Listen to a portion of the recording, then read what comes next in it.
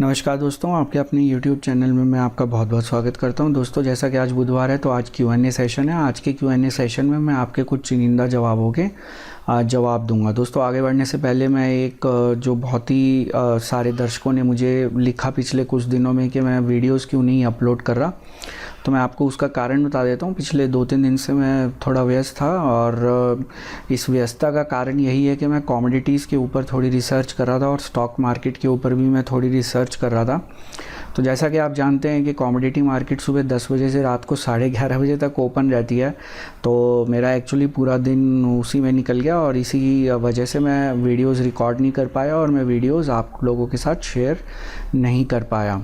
तो इसमें मैं कोशिश करूँगा कि हर रोज़ एक नया वीडियो मैं अपलोड कर सकूं, पर हो सकता है आने वाले कुछ समय में या आने वाले कुछ दिनों में मैं हर रोज़ एक नया वीडियो ना अपलोड कर पाऊं, तो उसके लिए मैं आपसे माफ़ी मांगता हूं, आपसे मैं क्षमा चाहता हूं। लेकिन मैं कोशिश करूंगा कि रोज़ मैं एक नया वीडियो आप लोगों के साथ शेयर करूं। और दूसरी एक महत्वपूर्ण बात दोस्तों, मुझे बहुत सारे कमेंट्स मिले हैं कि आप वीडियो की लेंथ को छोटा कीजिए और वीडियो की लेंथ 10 से 12 मिनट या 15 मिनट तक होनी चाहिए।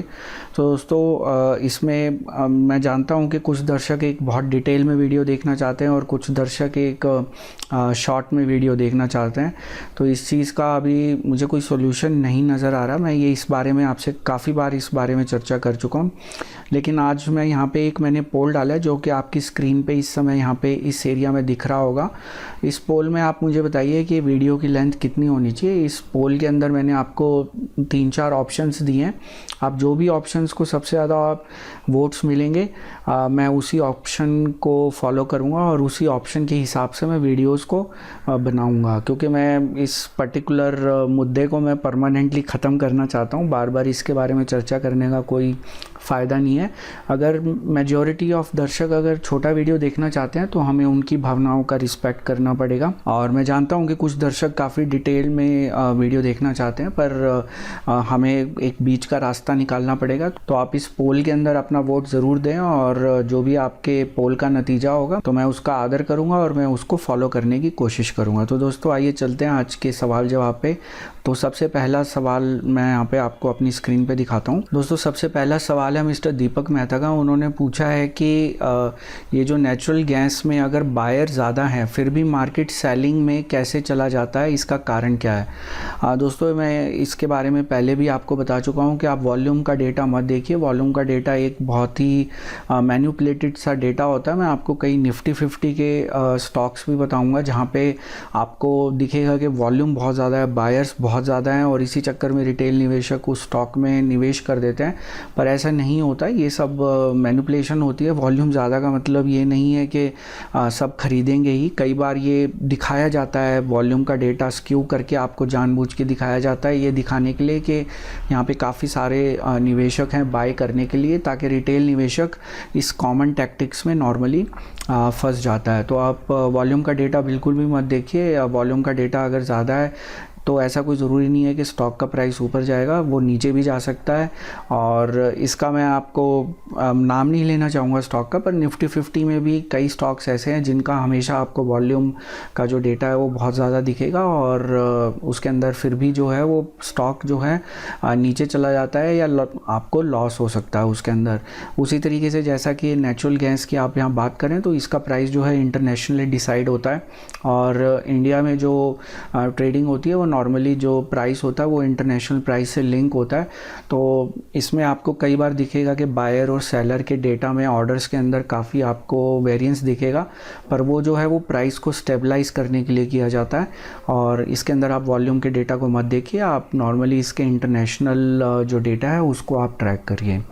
तो दोस्तों, आइए चलते हैं अगली क्वेरी के ऊपर। अगली क्वेरी है कि could you please help with the buy sell decisions, how to decide buy करना है शॉर्ट करना है, please help, I have gone through all the comments but not able to understand. तो देखिए दोस्तों, इंट्राडे में जो भी ये बाय सेल का डिसीजन होता है ये आपको पहले नहीं आप पता लगा सकते मार्केट ओपन करने से पहले कि आपको बाय करना है सेल करना है।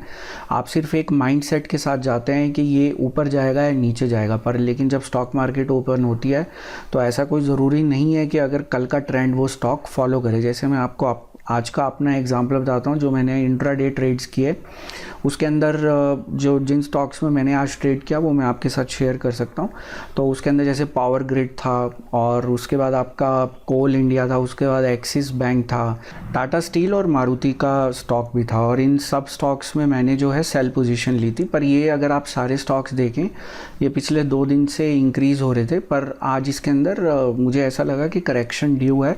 तो इन सभी स्टॉक्स में मैंने अपनी जो पोजीशन बनाई थी वो मैंने अपनी सेल पोजीशन बनाई थी। और टाटा स्टील में काफ़ी अच्छी उसमें गिरावट हुई यहाँ पे कल के मुकाबले। तो जैसा कि मैं टाटा स्टील के बारे में पहले भी चर्चा कर चुका हूँ एक वीडियो में, तो ऐसा कोई ज़रूरी नहीं है कि अगर एक स्टॉक अप ट्रेंड में है तो वो आज खुलने के बाद उसी ट्रेंड को फॉलो करे।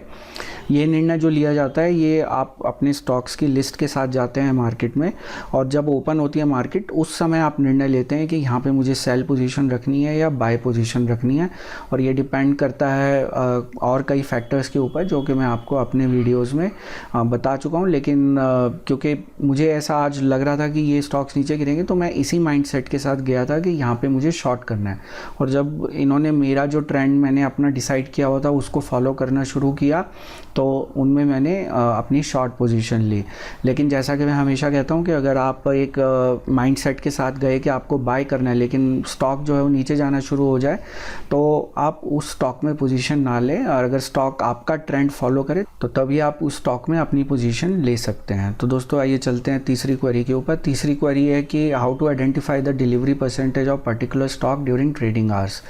ये क्वेरी पूछी है मिस्टर राघवेंद्र प्रसन्ना ने। तो यहाँ पे मैं आपको बताना चाहूँगा कि आप ट्रेडिंग आवर्स के दौरान नहीं फाइंड आउट कर सकते डिलीवरी परसेंटेज। इसके पीछे कारण ये है कि क्योंकि उस समय आपको मालूम नहीं कि कितने लोग उसमें डिलीवरी लेंगे या कितने इन्वेस्टर्स उस स्टॉक की डिलीवरी लेंगे या नहीं लेंगे।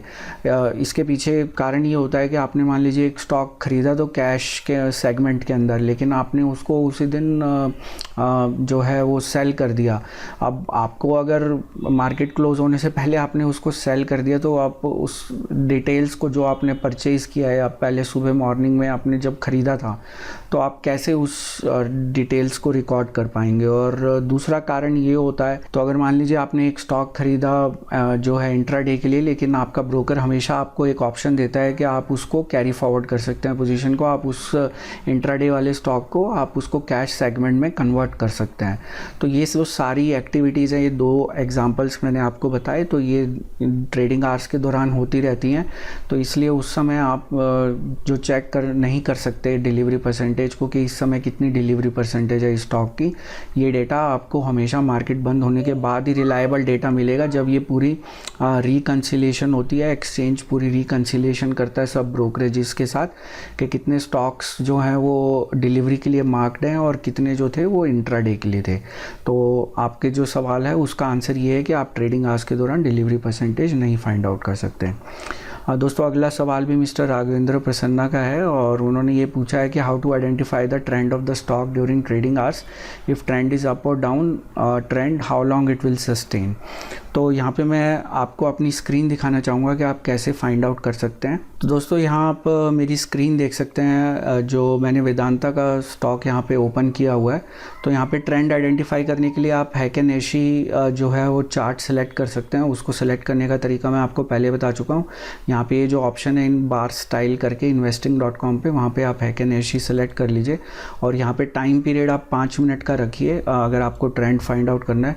तो यहाँ पे आपको ये ट्रेंड जो है वो बहुत क्लियर दिखाई दे रहा है कि जैसे इस पीरियड के दौरान ये अप ट्रेंड में था, इस पीरियड के दौरान ये डाउन ट्रेंड में था, और ये फिर यहाँ पे अप ट्रेंड में था। तो जो स्टॉक्स ट्रेंड में होते हैं वहाँ पे आपको क्लियरली दिखेगा, लेकिन अब यहाँ पे देखिए इस पीरियड के दौरान आप कुछ नहीं कह सकते कि ये अप ट्रेंड में है डाउन ट्रेंड में है।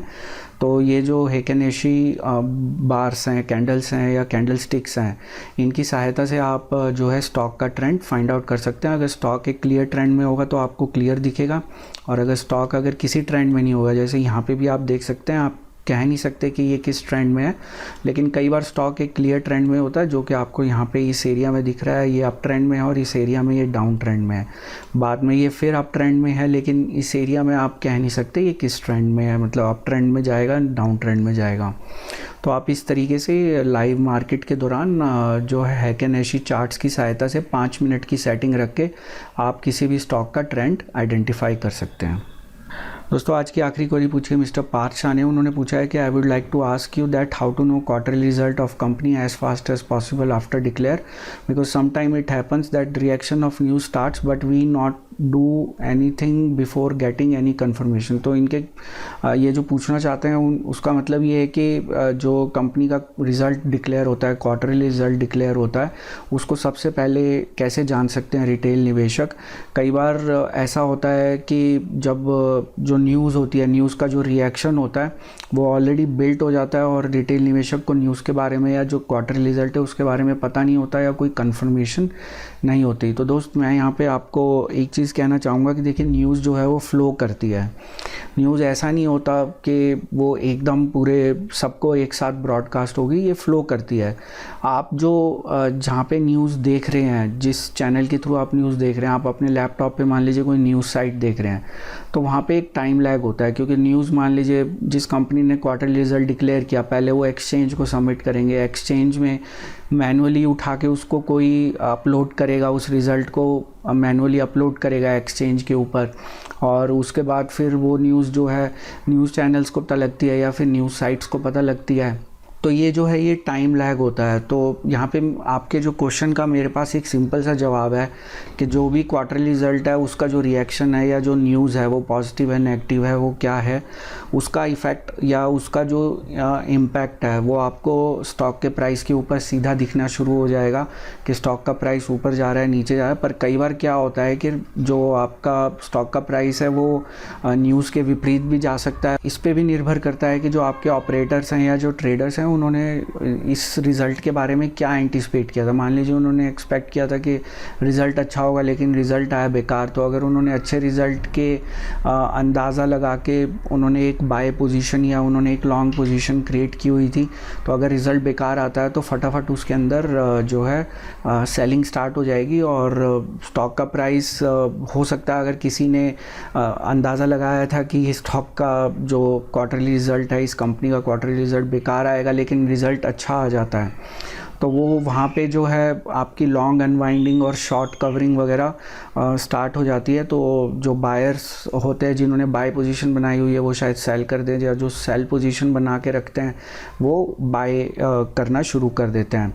अब कभी कभी ऐसा होता है कि जहाँ पे लगभग मार्केट की एक्सपेक्टेशन ठीक होती है, जैसा कि आपने येस बैंक का स्टॉक प्राइस देखा होगा, उनका रिज़ल्ट की जो एक्सपेक्टेशन थी वो बिल्कुल सब लोगों ने सही अनुमान लगाया और वो स्टॉक प्राइस क्या दौड़ा ये हम सब जानते हैं। तो पर मेरा पर्सनल ओपिनियन ये है कि आप किसी भी स्टॉक के अंदर किसी न्यूज़ की एंटिसिपेशन में कभी भी निवेश ना करें। और पर्सनली मैं जिस दिन क्वार्टरली रिज़ल्ट आना होता है कंपनी का, मैं उस दिन बिल्कुल भी निवेश नहीं करता, क्योंकि मार्केट काफ़ी वॉलेटाइल होती है और आपको ये नहीं पता होता कि ये किस दिशा में जाएगी।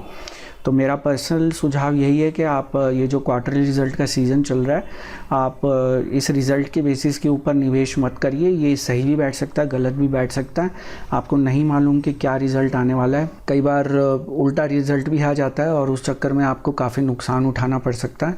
तो आप अगर रिज़ल्ट वाले दिन निवेश ना करेंगे तो बेहतर होगा। अगर आप रिज़ल्ट के बेसिस के ऊपर किसी स्टॉक में निवेश कर रहे हैं तो आप उसमें नुकसान उठाने के लिए भी तैयार रहिए, और उसका जो रिज़ल्ट या न्यूज़ जो भी आने वाली है वो आपको स्टॉक प्राइस में दिख जाएगी। तो दोस्तों मुझे उम्मीद है कि आपको ये वीडियो पसंद आया होगा। यदि ये वीडियो आपको पसंद आए तो आप नीचे दिए गए लाइक आइकन पर ज़रूर क्लिक करें, और इसी तरह जानकारी से भरपूर और ज्ञानवर्धक वीडियोस देखने के लिए आप मेरा यूट्यूब चैनल सब्सक्राइब करें। सब्सक्राइब की ऑप्शन इस समय आपकी स्क्रीन पे विजिबल है, नीचे दिए गए आप सब्सक्राइब बटन को भी दबा सकते हैं। उसके साथ दिए गए बेल नोटिफिकेशन को क्लिक करना ना भूलें, उससे आप सभी वीडियो सबसे पहले देख पाएंगे। दोस्तों इस वीडियो का एक डिस्क्लेमर भी है जो कि इस वीडियो की शुरुआत में आपकी स्क्रीन पे दिखाया गया है, और मैं आपसे अनुरोध करता हूं कि आप उस डिस्क्लेमर को ज़रूर पढ़ लें। इस वीडियो को देखने के लिए आपका बहुत बहुत धन्यवाद।